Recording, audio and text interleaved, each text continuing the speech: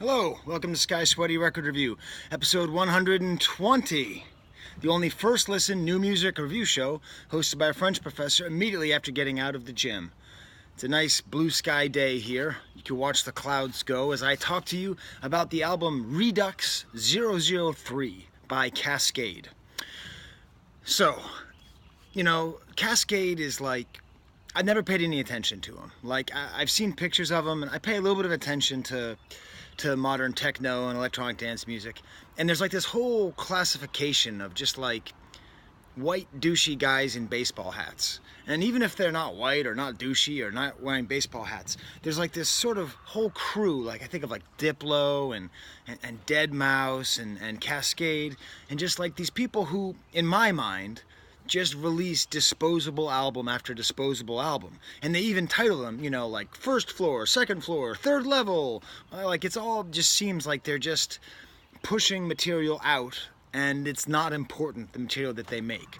I compare this with EDM that I like more, that I take more seriously, like Justice or Daft Punk or Mode Selector, like there's something about this. And this album, Redux 3, feels like it should be one of these, just churn them out.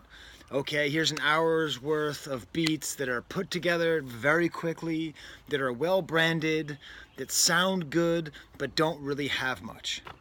I'm happy to say, though, that I'm actually not right.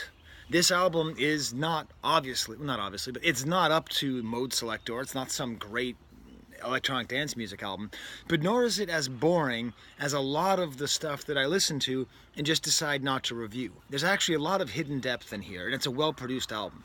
I realized I did some more research, and I actually like a couple Kaskade songs. He was on the Tron reconfigured soundtrack. He did the Rinsler track, which is really good.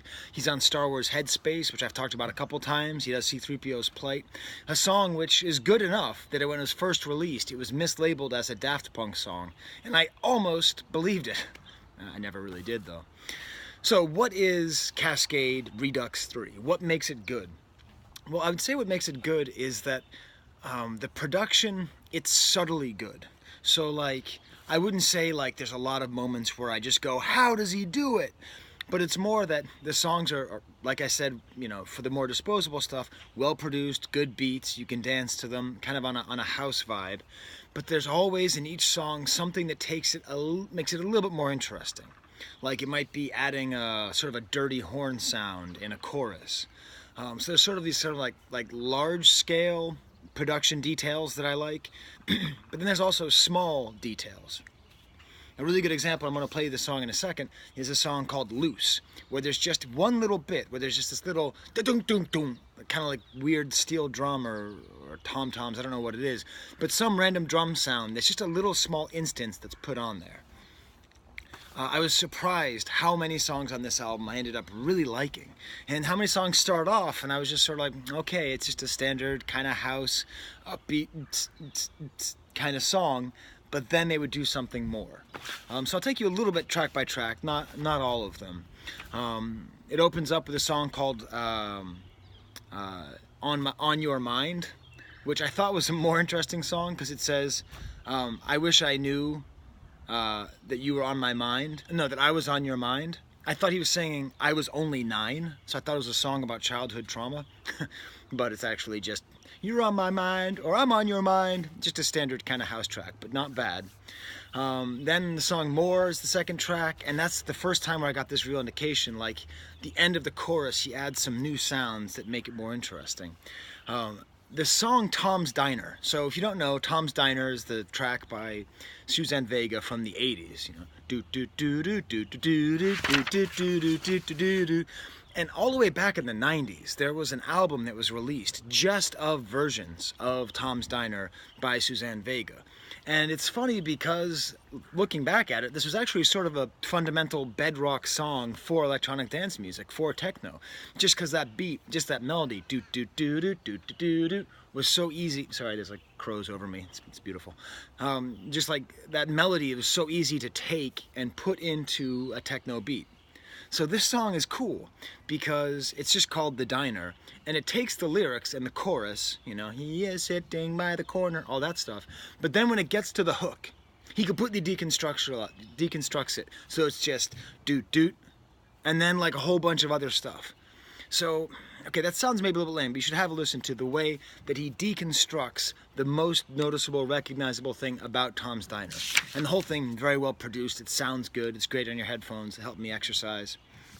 I'm gonna need to wrap this up. I'm getting sunburned.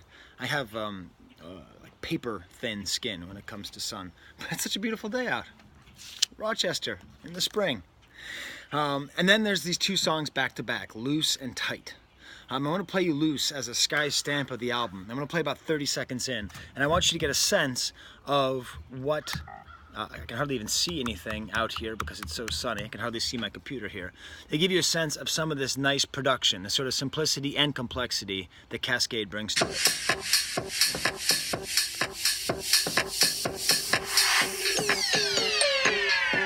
So kind of a, simple melody that he's throwing in there. Not that interesting, right? Still, it sounds good.